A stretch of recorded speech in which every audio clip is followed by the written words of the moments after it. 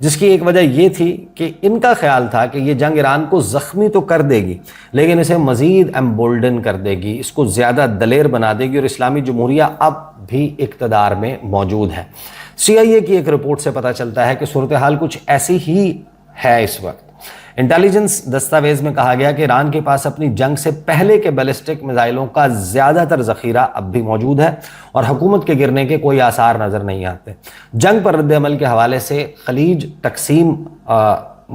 خلیجی ممالک میں تقسیم موجود ہے۔ ایران نے تنازع کو روکنے کی کوششوں کے باوجود خلیجی ریاستوں پر ہزاروں ڈرونز اور میزائلوں سے حملے کیے۔ ٹرمپ انتظامیہ نے خلیجی ریاستوں پر ایران کے خلاف جنگ میں شامل ہونے کے لیے دباؤ ڈالا تھا۔ یہ بات تو اوپن سیکرٹ ہے۔ آپ سینیٹر لنڈسے گراہم کی گفتگو سنیں، آپ پیٹ ہیگسیت کی، آپ متعدد جو امریکن ایڈمنسٹریشن کے لوگ ہیں ان کی گفتگو اور طرز تخاطب اور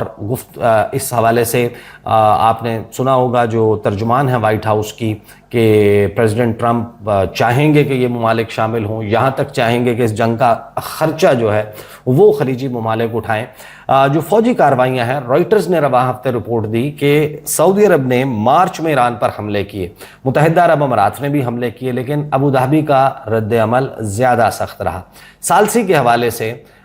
مڈل ایسٹ مانیٹر لکھتا ہے کہ سعودی عرب نے اپنے قریبی شراکت دار پاکستان کی ثالثی کی کوششوں کی حمایت کی ہے، جن کی متحدہ عرب امارات نے مخالفت کی ہے۔ پاکستان کے ذریعے امریکہ اور ایران کے درمیان ہونے والے مذاکرات تعطل کا شکار ہو گئے ہیں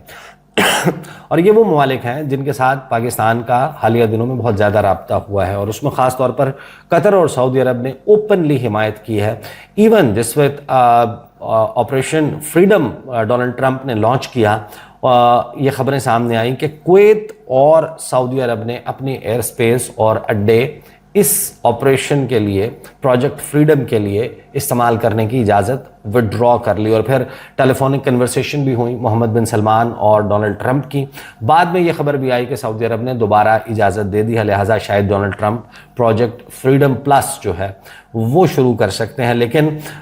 یہی وقت ہم دیکھ رہے ہیں کہ سعودی عرب اور قطر، متحدہ عرب کویت اور یہ ممالک جو ہیں پاکستان کے ساتھ رابطے میں بھی ہیں اور کہیں نہ کہیں دوری اختیار کر رہے ہیں۔ امریکہ کے اوپر یہ آپ یوں سمجھیں کہ عدم اعتماد کا اظہار بھی ہے کہ امریکہ ایک ریلائبل سیکورٹی پارٹنر نہیں ہے، اس کی ترجیح اسرائیل ہے۔ میزائل آئیں گے، ہم نے اپنا دفاع خود کرنا ہے، امریکہ نے دفاع کرنا ہے اسرائیل کا۔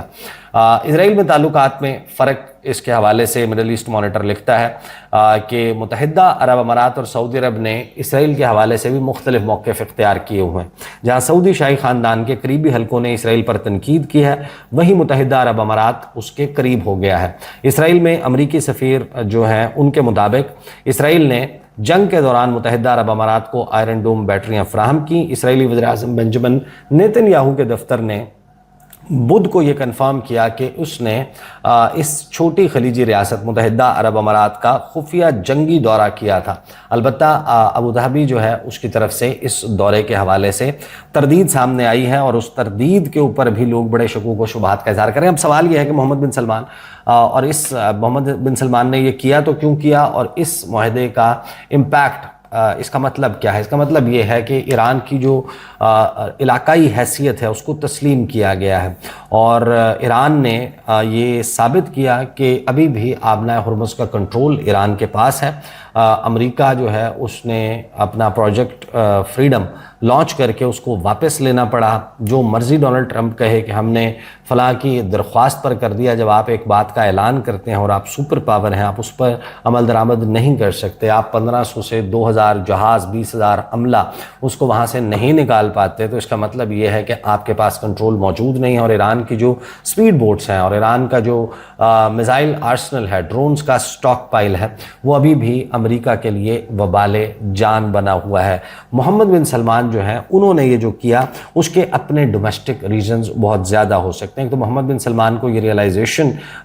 چائنا کا اس میں کردار یقیناً بڑا اہم ہو سکتا ہے، کیونکہ ایک نارملائزیشن ایران اور سعودی عرب کے درمیان چائنا نے کروائی تھی۔ ابھی فور گراؤنڈ میں ہمارے پاس اس کے حوالے سے کوئی کنفرمیشن نہیں ہے کہ چائنا نے یہاں پر بھی بیک اینڈ پر کچھ کیا ہے یا نہیں، لیکن چائنا کا جو فیکٹر ہے وہ بہت امپورٹنٹ ہے اس حوالے سے، اور پوری دنیا کی جو اب الیجینس اور اطاعت گزاری ہے جو پہلے واشنگٹن کے ساتھ ہوتی تھی، وہ کہیں نہ کہیں شیک ہو چکی ہے۔ محمد بن سلمان کے اپنے ڈومیسٹک ریزنز بہت زیادہ ہیں۔ محمد بن سلمان ایک فیوچرسٹک اپروچ کے ساتھ اب شاید ان معاملات کو دیکھ رہے ہیں، جبھی اس ریجنل پیکٹ کی بات کی جا رہی ہے، کیونکہ محمد بن سلمان انہوں نے ایک انٹرویو میں کہا تھا، اور جو ایوریج لائف ایکسپیکٹنسی ہے ان کی فیملی میں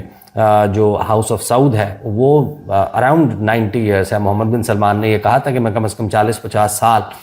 بادشاہ رہوں گا سعودی عرب کا، تو اس کا مطلب یہ ہے کہ وہ اس بات کو ریئلائز کر رہے ہیں کہ جو ان کا دور ہوگا as king of Saudi Arabia, اس وقت پاور ڈائنامکس، عالمی جو پاور ڈائنامکس ہیں وہ تبدیل ہو چکے ہوں گے۔ امریکہ بہادر جو ہے وہ ایک